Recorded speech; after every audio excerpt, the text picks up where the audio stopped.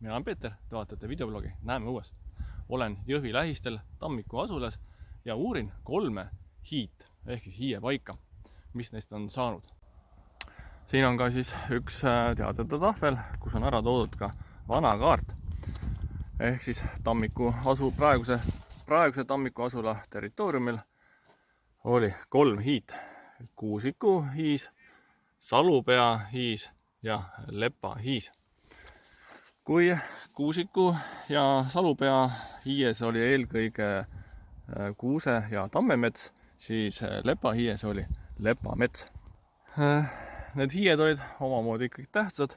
Näitab juba see, et 1930. aastatel toimusid siin isamaalised pidustused. Suurejooneliselt tähistati Jüriöö ülestõusu ja võidupüha aastapäeva. Aga mis nendest hiitest siis praeguseks saanud on? Pärast teist maailmasõja rajati 1951. aastal Tammiku kaevandus põlevkivi kaevandamiseks. Lepa hiis on siis praeguseks täielikult hävinenud. Sinna on siis rajatud põlevkivitööstuse jaoks tootmishooned ja muu toetustaristu. Salupea hiie maeti põhimõtteliselt Aheraine mäe alla. Kõik materjal, mis siis ei kõlvanud põlevkivi ahju ajada, kuhjati siia ja vanad hiiepuud ja kõik maeti siia alla. Alles on siis jäänud mõned hiidsed tammed. Kõige rohkem on sellest võib-olla säilinud Kuusiku hiis. Seal on vähemalt teatud osa metsa alles. Nagu siis näha, et siin vanade tammepuude taga on Aheraine mägi.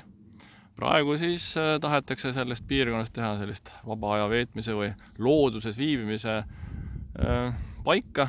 Ühelt poolt saad nautida hiie ja vanade tammede looduse väge, aga teiselt poolt saad trepist üles minna ja nautida vaadet vaatlusplatvormilt. Kuidas ma ehmatasin, sest samast jalge eest lendasid linnud, aga need lendasid ainult sinna trepi juurde alla. Saadki aru, mis lindudega tegu on. No kuna ma lähen nüüd trepist üles, siis ma kahjuks pean neid vist uuesti ehmatama.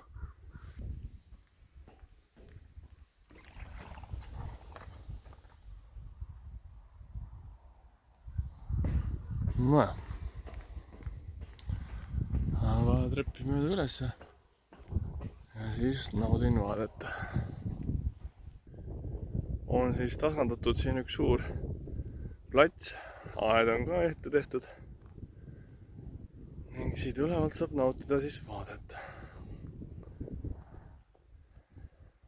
Siin samas on nüüd näide sellest, et Aheraine mäge on üritatud taas metsastada. 70-ndatel on istutatud siia siis männid ja kased. Puud on iseenesest kasvama hakanud. Aga siis oleks ilmselt vajalik kas siiapoole istutada või tehakse nendest Aherainetest midagi juba muud. See on küll väga huvitav, et Aheraine mäe otsas kasvavad mõned õunapuud.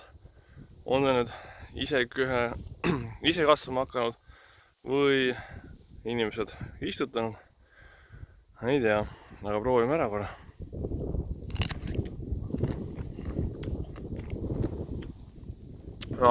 Eks jahab poole. Kui tammikute hiite rüüstamine, kahjustamine oli juba nõukogude ajal, siis kahjuks hiite ja pühapaikade sellist rüüstamist, kahjustamist on ka tänapäeval.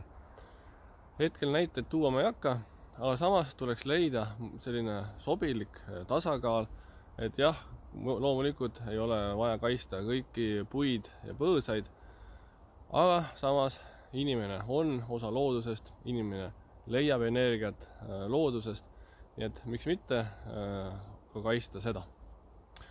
Minu poolt praegu kõik, aga teiega ikka Näeme õues.